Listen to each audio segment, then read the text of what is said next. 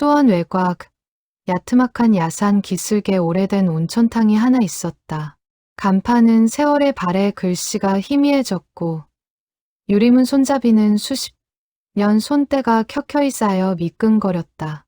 주차장 한쪽 귀퉁이에는 이름 모를 들꽃이 해마다 피고 졌다. 간판 아래 작은 글씨로 개업 1970이라고 쓰여 있었는데 그 숫자를 아는 사람은 이제 동네 어르신 몇 분이었다. 온천탕 이름은 청풍탕이었다. 이른 아침, 동이 트기도 전에 청풍탕의 불이 먼저 켜졌다. 5시 반. 세상이 아직 어둠 속에 웅크리고 있을 때 안에서는 이미 물소리가 흘렀다. 그 소리의 주인은 72살 강복순이었다. 복순은 1972년 이 온천탕이 처음 문을 열던 날부터 이곳에 있었다. 아니, 정확히는 문을 열기 한 달 전부터였다. 시멘트 바닥이 굳기도 전에 빗자루를 들고 먼지를 쓸었고 탕 안 타일 줄눈까지 낡은 칫솔로 닦았다. 그때 복순의 나이는 22이었다. 50년이 지난 지금도 복순은 새벽 5시 반이면 눈이 떠졌다. 몸이 기억하는 것이었다. 하얀 앞치마를 두르고 수건함 열쇠를 허리춤에 찼다. 열쇠 꾸러미가 찰랑거리는 소리는 이 건물에서 가장 먼저 울리는 아침 소리였다. 복순은 그 소리를 좋아했다. 하루가 시작된다는 신호 같아서 탕 안을 한 바퀴 돌며 수온을 확인했다. 손을 담가보고 눈을 가늘게 뜨고 잠시 생각에 잠겼다가 보일러실로 향했다. 온도를 2눈금 올렸다. 오늘은 기온이 낮으니까. 이런 일을 복순은 50년째 해오고 있었다. 할머니, 오늘도 일찍 오셨네요. 직원 미경이 헐레벌떡 뛰어오며 말했다. 35살. 이 동네 출신으로 복순이 직접 뽑은 직원이었다. 복순은 빗자루질을 멈추지 않고 대답했다. 일찍이 어딨어. 제 시간이지. 미경은 웃으며 앞치마를 두르기 시작했다. 복순 곁에서 일한 지 3년이 됐지만 아직도 이 할머니의 부지런함에는 적응이 안 됐다. 오전 7시 청풍탕의 문이 열렸다. 첫 손님은 언제나 동네 어르신들이었다. 70대 초반의 황씨 할아버지, 60대 후반의 박씨 아주머니, 수십 년 단골인 이씨 할머니. 이들은 인사보다 먼저 탕 안으로 들어갔다. 여기가 집이나 다름없는 사람들이었다. 복순은 프런트 안쪽에 서서 손님들을 맞았다. 그런데 복순의 눈은 단순히 손님을 맞는 눈이 아니었다. 손님이 들어서는 순간부터 복순의 시선은 자연스럽게 움직였다. 걸음걸이를 봤다. 어깨 높이가 다른지, 한쪽으로 기우는지, 목을 보았다. 뻣뻣하게 당겨져 있는지, 자연스럽게 돌아가는지, 허리를 보았다. 굽어 있어도 어느 방향으로 굽어 있는지가 중요했다. 50년의 눈이었다. 그날 새 손님이 들어왔다. 49살쯤 되어 보이는 남자였다. 정장 바지에 구겨진 와이셔츠, 넥타이는 느슨하게 풀어졌다. 직장인인데 오전부터 온천탕이라니 조금 이상한 시간이었다. 남자는 발을 약간 끌듯 걸었고 왼쪽 어깨가 오른쪽보다 눈에 띄게 내려와 있었다. 복순은 수건을 건네면서 낮은 목소리로 말했다. 왼쪽 목 많이 당기시죠? 남자가 깜짝 놀라며 복순을 쳐다봤다. 어떻게 아셨어요? 보면 알아요. 복순은 더 설명하지 않았다. 그저 따뜻한 탕에서 무리하지 말고 천천히 쉬라고 말할 뿐이었다. 남자는 어리둥절한 표정으로 안쪽으로 들어갔다. 미경은 그 장면을 보며 슬며시 웃었다. 이런 일이 하루에도 서너 번씩 있었다. 손님의 등을 한번 보고, 걷는 자세를 잠깐 보고, 복순이 한마디 건네는 것. 그러면 손님들은 놀라거나 감사하거나 때로는 눈물을 글썽이기도 했다. 청풍탕 단골들 사이에서는 이런 말이 돌았다. 청풍탕 관리인 할머니한테 한마디 들으면 병원 안 가도 된다고. 물론 농담이었다. 하지만 농담에는 언제나 진심이 담겨 있는 법이었다. 복순 자신은 그 말을 들을 때마다 손을 내저었다. 나는 그냥 오래된 사람이에요. 오래 보다 보니 그냥 눈에 띄는 거지. 그 말을 들은 사람들은 고개를 끄덕였다. 하지만 아무도 그 말을 완전히 믿지는 않았다. 이 겨울이 끝나기 전에 복순의 진짜 비밀이 세상에 드러날 줄은 아무도 몰랐다. 청풍탕의 하루는 물의 리듬으로 흘렀다. 탕 안에서 물이 넘치는 소리, 샤워기에서 물이 떨어지는 소리, 손님들이 물속으로 들어가며 내는 작은 탄성. 이 모든 소리가 뒤섞여 청풍탕만의 고유한 음악을 만들었다. 복수는 그 음악을 50년째 들어왔다. 오전 10시쯤 단골 손님 오점순이 들어왔다. 68살. 이 동네 떡집 주인이었다. 복순과는 20년 넘게 알고 지낸 사이였다. 복순 씨, 오늘 제 딸을 데리고 왔어요. 점순의 뒤로 30대 초반의 여자가 들어왔다. 딸 미나였다. 얼굴이 부어 있었다. 잠을 제대로 못 잔 티가 역력했고 눈가가 검붉었다. 복수는 수건을 건네며 미나의 얼굴을 잠깐 살폈다. 어깨가 많이 무거우시겠다. 미나가 작게 웃었다. 네, 요즘 좀. 탕 오래 계시다가 나오세요. 억지로 뭔가 생각하려 하지 말고. 그게 전부였다. 복수는 더 묻지 않았다. 딸이 무슨 사정인지, 얼마나 힘든지 알려 하지 않았다. 그냥 한마디를 건넸다. 2시간 후, 미나가 탕에서 나왔다. 얼굴이 달라져 있었다. 부기는 여전했지만 눈빛에 무언가가 살아있었다. 미나는 프런트 앞에서 복순을 한참 바라보다가 말했다. 할머니, 어떻게 아셨어요? 제가 요즘 얼마나 힘든지. 복수는 수건을 정리하면서 말했다. 어깨만 봐도 알아요. 혼자 다 짊어지고 있는 사람은 어깨 모양이 달라요. 미나가 눈물을 꾹 참는 것이 보였다. 처음 오신 분들한테도 그런 말씀 하세요? 필요할 것 같으면. 짧은 대답이었다. 하지만 미나는 그 말 속에 무게가 있다는 것을 느꼈다. 단순히 오래 일해서 생긴 관찰력이 아닌 무언가 깊은 데서 나오는 눈이었다. 점순이 딸을 데리고 나가면서 복순에게 귓속말을 했다. 복순 씨, 진짜 신기해요. 우리 딸이 이혼 위기인데 아무한테도 말 못하고 있었거든요. 어떻게 알았어요? 복순은 그저 웃었다. 어깨가 다 말해줬어요. 점순이 나가고 나서 복순은 혼자 탕 청소를 시작했다. 대걸레를 들고 타일 바닥을 닦으면서 복순은 생각에 잠겼다. 이 손이 처음 이 바닥을 닦던 날 자신은 22이었다. 그때도 지금처럼 이 손은 무언가를 닦고 정리하고 만져왔다. 하지만 이 손이 처음부터 걸레를 들기 위한 손은 아니었다. 복수는 잠시 멈추어 자신의 손을 내려다봤다. 주름지고 굳은 살 박인 손, 세월이 새긴 손. 하지만 이 손의 손가락 끝은 여전히 예민했다. 무언가를 만지면 단번에 알 수 있었다. 단단함과 부드러움, 긴장과 이완, 그 미묘한 차이를. 복순의 어머니는 복순이 손이 좋다고 했었다. 너는 손이 귀신 같아.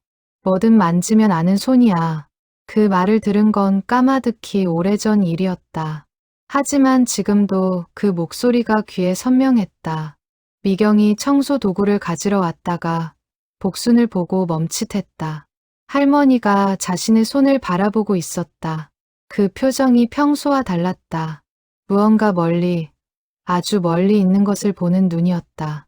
할머니, 괜찮으세요? 복수는 퍼뜩 정신을 차렸다. 응, 괜찮아. 청소나 마저 하자. 대걸레를 다시 들었다. 하지만 그 손이 잠시 떨렸다는 것을 복순 자신만 알았다. 오후가 되면 청풍탕은 주부 손님들로 채워졌다.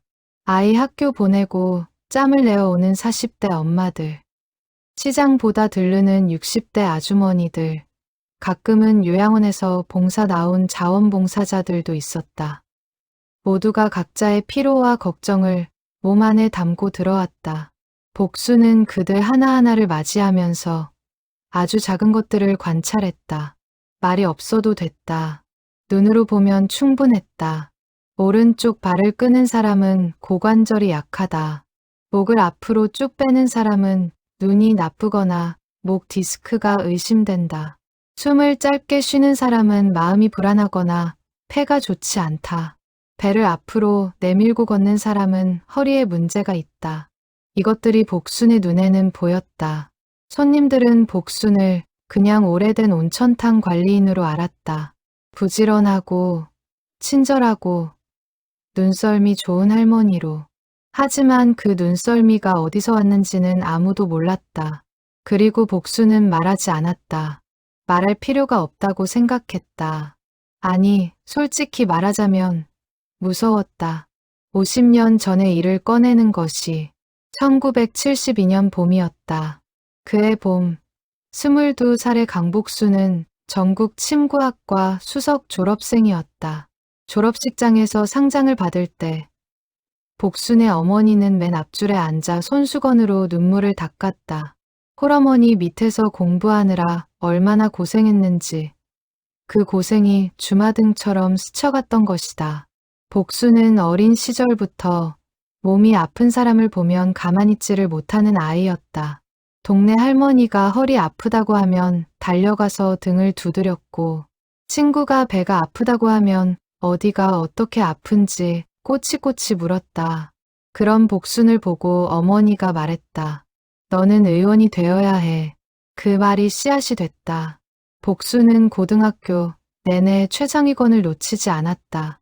의학 관련 책이면 무엇이든 읽었다. 당시 침구학은 지금처럼 대중화되지 않았지만 복순은 그 분야에서 자신의 길을 찾았다. 침구학과를 수석으로 졸업한 날, 복순에게는 이미 스승의 클리닉에서 함께 일하자는 제안이 와 있었다. 그러나 그 봄은 오래가지 못했다.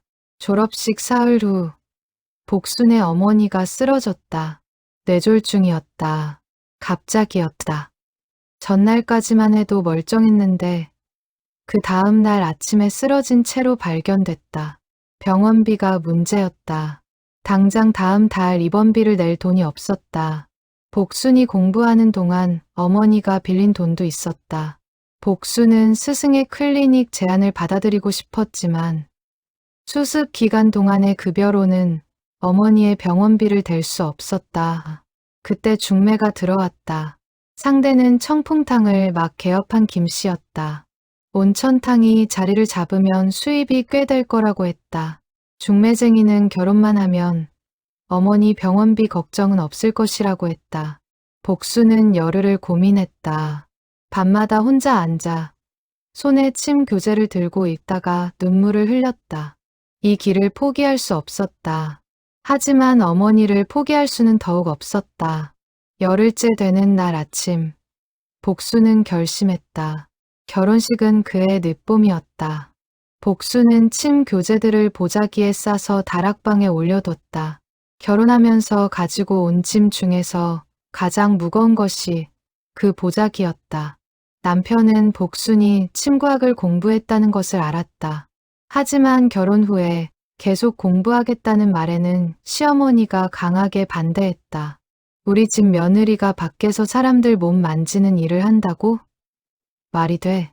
시어머니는 당시 기준으로는 꽤 강경한 사람이었다. 남편은 어머니와 아내 사이에서 아무 말도 못했다.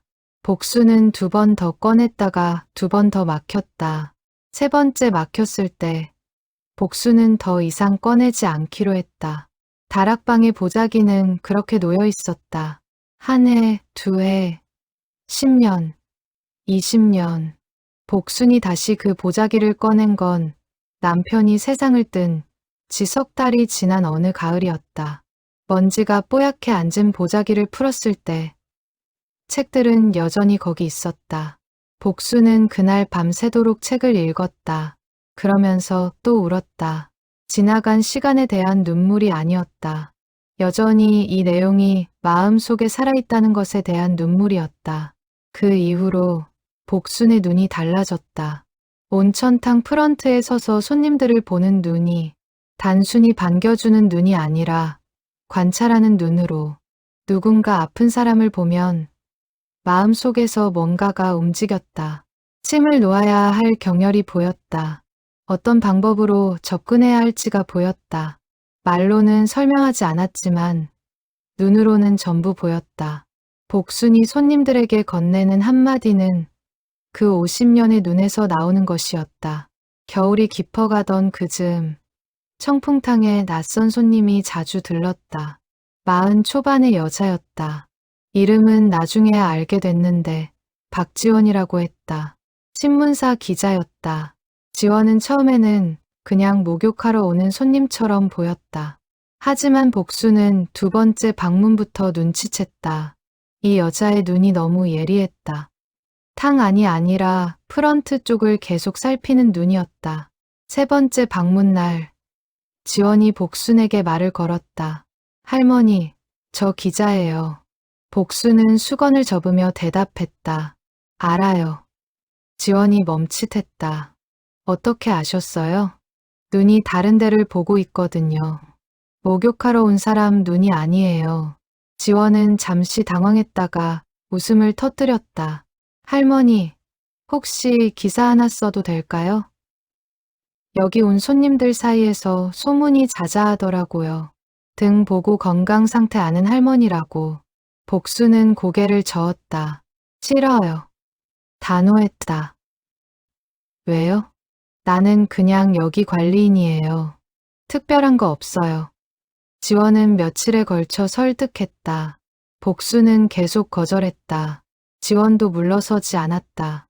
어느 날 지원이 탕에서 나오다가 탈의실에서 갑자기 어지럼증을 호소했다.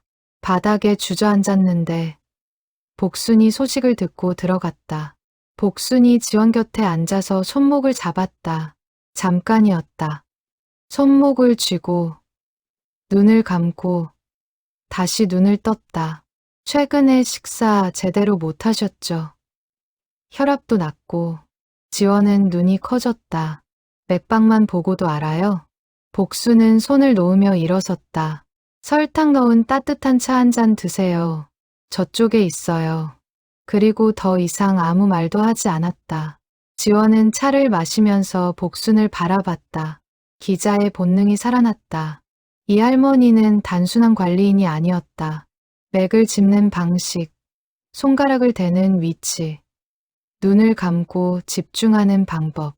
이건 배운 사람의 손이었다. 할머니, 맥 짚을 줄 아세요? 복수는 잠시 침묵했다. 예전에 배웠어요. 어디서요? 또 침묵이 왔다. 이번에는 조금 더 길었다. 오래된 일이에요. 지원은 더 묻지 않았다. 하지만 포기하지도 않았다. 그날부터 지원은 청풍탕에 매일 왔다. 목욕을 하면서 복순을 관찰했다. 복순이 손님들과 나누는 말 한마디, 시선의 방향, 손이 움직이는 방식을 기억했다. 복순도 알았다. 이 여자가 포기하지 않는다는 것을. 그러던 어느 날 오후, 미경이 조심스럽게 말했다. 할머니, 저도 항상 궁금했어요. 어떻게 그렇게 보이는 거예요? 처음 보는 손님 몸 상태를. 복수는 바닥을 닦으며 말했다. 오래 보다 보면 보여. 그게 다예요? 그게 다야. 미경은 더 묻고 싶었지만 복순의 표정에서 선이 느껴졌다. 더 들어가면 안 되는 선. 그 선 안쪽에 복순의 50년이 담겨 있었다. 지원은 결국 한 가지를 시도하기로 했다. 청풍탕 근처 주민들을 만나보기로 했다. 복순을 오래 알아온 사람들을. 지원이 처음 찾아간 건 복순과 20년 넘게 단골 관계인 오점순이었다. 복순 씨요? 그 사람 진짜 특별한 사람이에요. 점수는 주저없이 말했다. 어떤 점에서요? 보면 알아요. 첫눈에 아픈 사람, 힘든 사람, 외로운 사람, 그걸 그냥 알아요. 말도 안 하는데 그게 배운 거라고 생각하세요? 아니면 타고난 거라고 생각하세요? 점수는 잠시 생각하더니 말했다. 두 가지 다요. 타고난 눈은 있는데 그게 단순히 타고난 것만은 아닌 것 같아요. 뭔가 기초가 있는 것처럼. 예전에 한번 물어본 적 있어요. 뭘 공부했냐고. 그랬더니 오래된 일이라고만 하더라고요. 지원은 메모를 했다. 두 번째로 찾아간 건 청풍탕 인근에서 20년째 한의원을 운영하는 의사였다. 60대 중반의 원장으로. 이름은 박태우라고 했다. 강복순 씨요? 알죠. 알고 말고. 오래 아셨어요? 한 15년 됐나. 처음에는 그냥 이웃이었는데 어느 날 우리 한의원에 손님이 찾아와서 하는 말이 온천탕. 할머니가 왼쪽 무릎 반쪽을 봐야 한다고 했다는 거예요.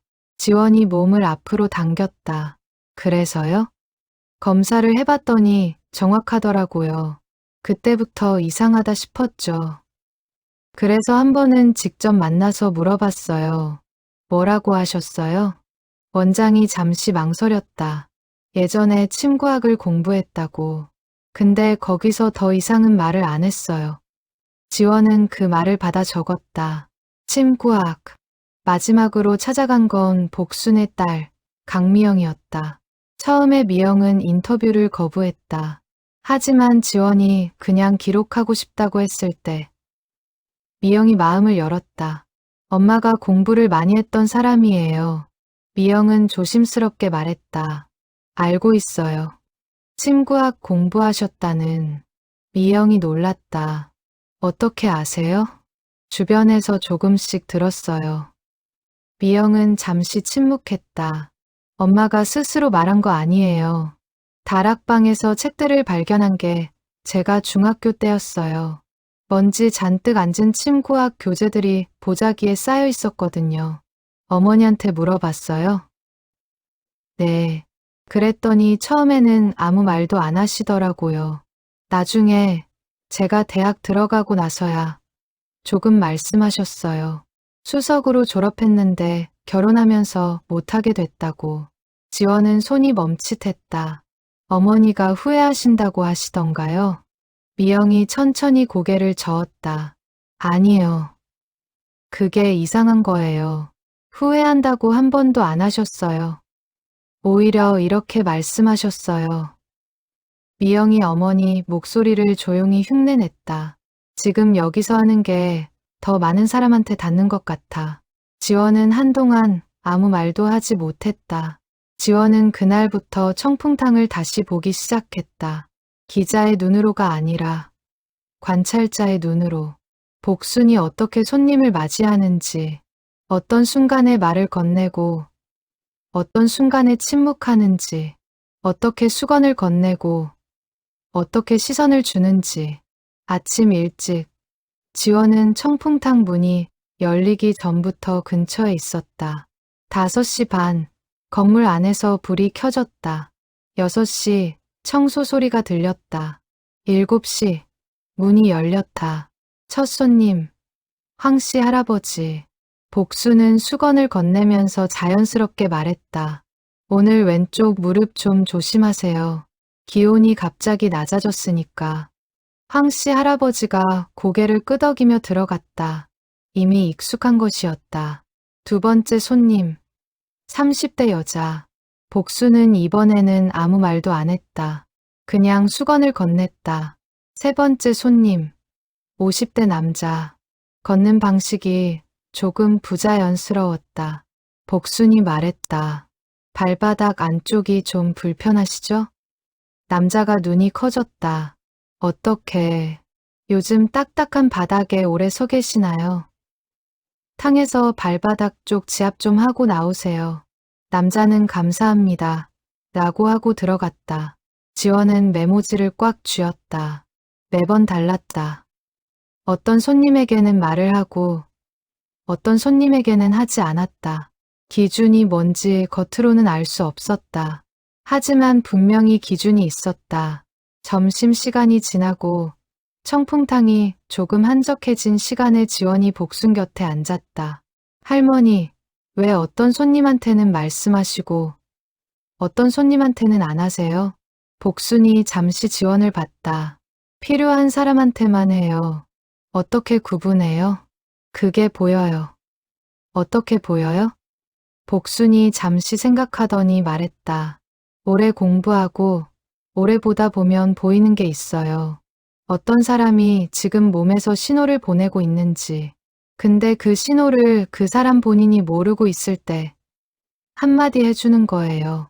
심구학 공부에서 배운 건가요? 복순이 멈칫했다.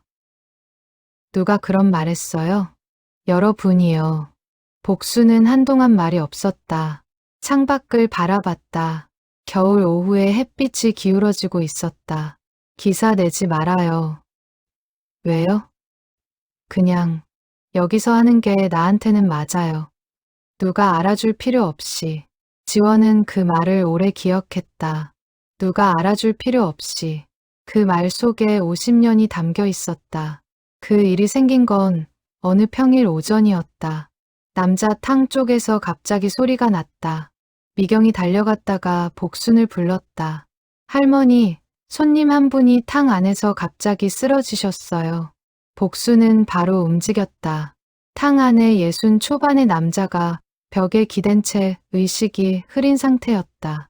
얼굴이 창백했다. 숨이 불규칙했다. 다른 손님들이 당황해서 둘러서 있었다. 복순이 들어가서 남자 곁에 무릎을 꿇었다. 손목을 잡았다. 빠르게 맥을 짚었다. 눈을 가늘게 떴다가 뜨면서 말했다.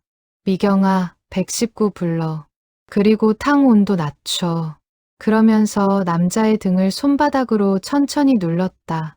특정 지점들을 찾아서 일정한 압력으로 남자가 조금씩 안정을 찾아가는 것이 보였다. 숨 천천히 쉬세요.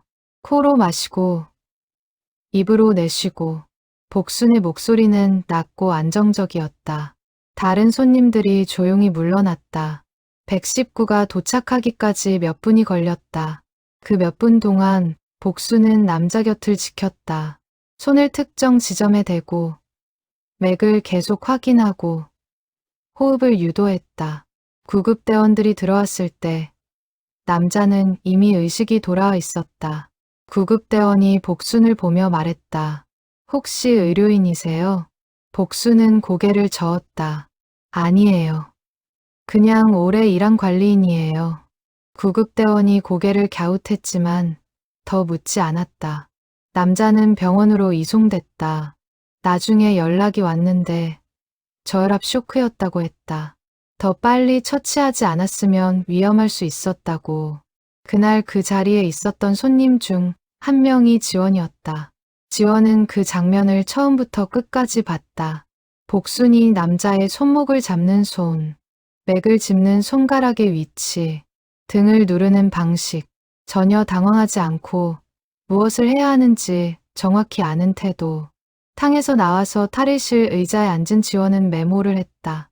손가락 3개, 손목의 특정 위치. 그것은 의학 교재에서 본 진맥법이었다. 지원은 오랫동안 앉아 있다가 일어났다. 복수는 프런트에서 평소처럼 수건을 정리하고 있었다. 아무 일도 없었던 것처럼. 할머니. 지원이 불렀다. 복순이 돌아봤다. 아까 진맥하신 거 맞죠? 복순이 잠시 지원을 바라봤다. 그러더니 아주 조용히 말했다. 수건 더 필요해요. 지원은 씁쓸하게 웃었다. 이 할머니는 절대 먼저 말하지 않을 것이었다. 하지만 지원은 이미 봤다. 손가락의 위치를, 등을 누르는 방식을. 그것은 배운 사람의 손이었고 오랫동안 그 지식을 간직해온 사람의 손이었다. 그날 밤 지원은 자신의 노트북 앞에 앉아 오랫동안 생각했다. 이 이야기를 쓸 것인가 말 것인가. 복순이 원하지 않는다. 그것은 분명했다. 하지만 이 이야기는 복순 한 사람의 이야기가 아닐 수 있었다. 시대의 이야기, 포기해야 했던 수많은 꿈의 이야기. 지원은 새벽 2시가 넘어서야 노트북을 닫았다. 며칠 후 비가 왔다. 겨울비는 차가웠다. 청풍탕 유리문에 빗줄기가 부딪혔고 물방울이 유리를 타고 흘러내렸다. 그날은 손님이 적었다. 오후 3시쯤 복순이 혼자 프런트에 앉아 있었다. 미경은 청소를 하러 갔고 탕 안에는 손님이 한두 명뿐이었다. 복순의 딸 미영이 왔다. 예고 없는 방문이었다. 엄마, 나왔어. 미영은 우산을 접으면서 들어왔다. 45살, 서울에서 교사를 하는 딸이었다. 복수는 반갑게 맞으면서도 말했다. 비가 오는데 뭐하러 왔어? 그냥 보고 싶어서. 두 모녀는 프런트 뒤쪽 작은 방에 앉았다. 복순이 보온병에서 차를 따라줬다. 미영이 조심스럽게 말했다. 엄마, 기자분 만났어요. 지원 씨. 복순이 찻잔을 내려놨다. 뭐라고 했어? 그냥 엄마 이야기 조금 했어요. 다락방 책 이야기도. 복순이 말이 없었다. 엄마는 왜 말 안 해요? 그 사람들한테. 뭘, 공부했던 거요. 수석 졸업한 거요. 복순이 창밖을 봤다. 빗줄기가 굵어지고 있었다. 다 지난 일이야. 지난 일이 아니잖아요. 지금도 하고 있잖아요. 사람들 도와주는 거, 말만 안 하는 거지. 복순이 조용히 웃었다. 말하면 뭐가 달라져. 달라지죠. 사람들이 알게 되잖아요. 엄마가 얼마나 대단한 사람인지. 복순이 고개를 저었다. 대단하다고? 나는 그냥 여기 있는 사람이야. 여기서 이렇게 하는 게 나한테 맞아. 미영은 눈시울이 붉어졌다. 엄마는 억울하지 않아요? 긴 침묵이 왔다. 빗소리만 들렸다. 복순이 천천히 말했다. 처음에는 억울했어. 많이. 미영이 복순을 바라봤다. 그 당시에는 많이 울었어. 아무도 모르게. 새벽에 혼자 화장실에서. 이게 뭔가 싶어서. 복순의 목소리가 조금 낮아졌다. 근데 있잖아. 세월이 지나니까 이런 생각이 들더라. 내가 그 길을 그대로 갔으면 나는 내 환자들만 봤을 거야. 근데 여기서는 하루에 몇십 명을 봐. 그 사람들 하나하나가 다 내 눈 앞을 지나가는 거잖아. 미영이 말이 없었다. 물론 내가 직접 치료해주진 못해. 근데 한마디라도 건네면 그 사람이 병원을 가든 쉬든 뭔가 하거든. 그게 나쁜 건 아니잖아. 미영이 눈물을 닦으면서 말했다. 엄마는 참 대단해요. 복순이 웃었다. 대단한 게 아니야. 그냥 이게 내 자리야. 여기가 내 자리인 것 같아. 빗소리가 잦아들지 않았다. 두 모녀는 차를 마시면서 한동안 그렇게 앉아 있었다. 말이 없어도 됐다. 그냥 함께 있는 것으로 충분한 시간이었다. 봄이 오는 길목이었다. 지원의 기사가 실린 날, 청풍탕 앞에 사람들이 모여들었다. 지원은 결국 기사를 썼다. 하지만 복순이 원하는 것을 존중해서 복순의 이름도 온천탕 이름도 특정하지 않았다. 어느 온천탕의 할머니라는 제목으로. 그러나 아는 사람은 알았다. 청풍탕 단골들이 카카오톡으로 기사를 공유했다. 점순이 동네 밴드에 올렸다. 그게 퍼지면서 이 동네 사람들 사이에서 순식간에 번졌다. 우리 동네 온천탕 할머니 이야기네. 그날 오전부터 낯선 얼굴들이 청풍탕 앞에 나타나기 시작했다. 처음에 복수는 평소처럼 문을 열고 평소처럼 수건을 준비하고 평소처럼 프런트에 섰다. 그러다가 첫 번째 낯선 손님이 들어오면서 말했다. 혹시 여기가 기사에 나온 온천탕이에요? 등 보고 아는 할머니 계신다는. 복순이 수건을 건네며 말했다. 어서 오세요. 부정도 긍정도 하지 않았다. 두 번째, 세 번째 낯선 얼굴들이 들어왔다. 모두들 복순을 보려고 왔다는 것이 티가 났다. 미경이 복순 곁으로 왔다. 할머니 어떡해요? 오늘 평소보다 3배는 많이 온 것 같은데. 복순은 조용히 말했다. 그냥 손님이야. 다 똑같이 받아. 미경은 복순의 얼굴을 봤다. 평소와 다름없었다. 점심이 지나고 지원이 왔다. 할머니, 죄송해요. 이름이나 장소는 안 썼는데. 복순이 손을 들었다. 괜찮아요. 화나셨죠? 복순이 잠시 지원을 바라봤다. 조금 솔직한 대답이었다. 근데 있잖아요. 오늘 온 손님들 중에 의정부에서 버스 타고 온 할머니가 있었어요. 무릎이 너무 아파서 여기저기 다녀봤는데 다 소용없었다고. 여기에 오면 한마디라도 들을 수 있을까 싶어서 왔다고. 지원이 고개를 숙였다. 그 할머니한테 뭐라고 하셨어요? 복순이 말했다. 걸음걸이 보니까 고관절이 좀 안 좋더라고. 이쪽 한의원에서 꼭 보이라고 했어요. 지원이 눈물이 그렁그렁했다. 할머니, 울지 마요. 다 알고 한 거야. 당신도. 기사 내고 싶었던 거잖아. 근데 이렇게 누가 하나 더 도움받으면 뭐 나쁠 것 없지. 복순이 수건을 한 장 꺼내 지원에게 건넸다. 목욕하고 가요. 오늘 많이 긴장했을 것 같으니까. 지원은 웃으면서 수건을 받았다. 그날 저녁 청풍탕이 문을 닫을 시간이 됐다. 복순은 마지막 손님을 배웅하고 문을 잠그고 불을 껐다. 혼자 남겨진 건물 안. 물 빠지는 소리만 들렸다. 복순은 잠시 서서 그 소리를 들었다. 50년째 듣는 소리였다. 그리고 오늘도 어김없이 그 소리는 평온했다. 봄이 왔다. 청풍탕 주차장 귀퉁이에 이름 모를 들꽃이 다시 피었다. 매년 그 자리에 피었다. 아무도 심지 않았는데, 아무도 돌보지 않았는데, 해마다 봄이 오면 피어났다. 복수는 아침마다 그 꽃을 봤다. 가끔은 물도 줬다. 남은 물을 들고 가서 특별한 이유는 없었다. 그냥 살아있는 것이니까. 그즈음 청풍탕에는 변화가 생겼다. 기사 이후로 새 손님들이 꾸준히 왔다. 멀리서 오는 손님도 있었다. 강원도에서 왔다는 손님, 부산에서 올라왔다는 손님도 있었다. 복수는 그들을 대하는 방식이 달라지지 않았다. 여전히 수건을 건네고 필요한 사람에게만 말을 건넸다. 특별히 대접하지도, 특별히 피하지도 않았다. 어느 날 젊은 여자가 들어왔다. 28쯤 됐을까. 눈이 부어 있었다.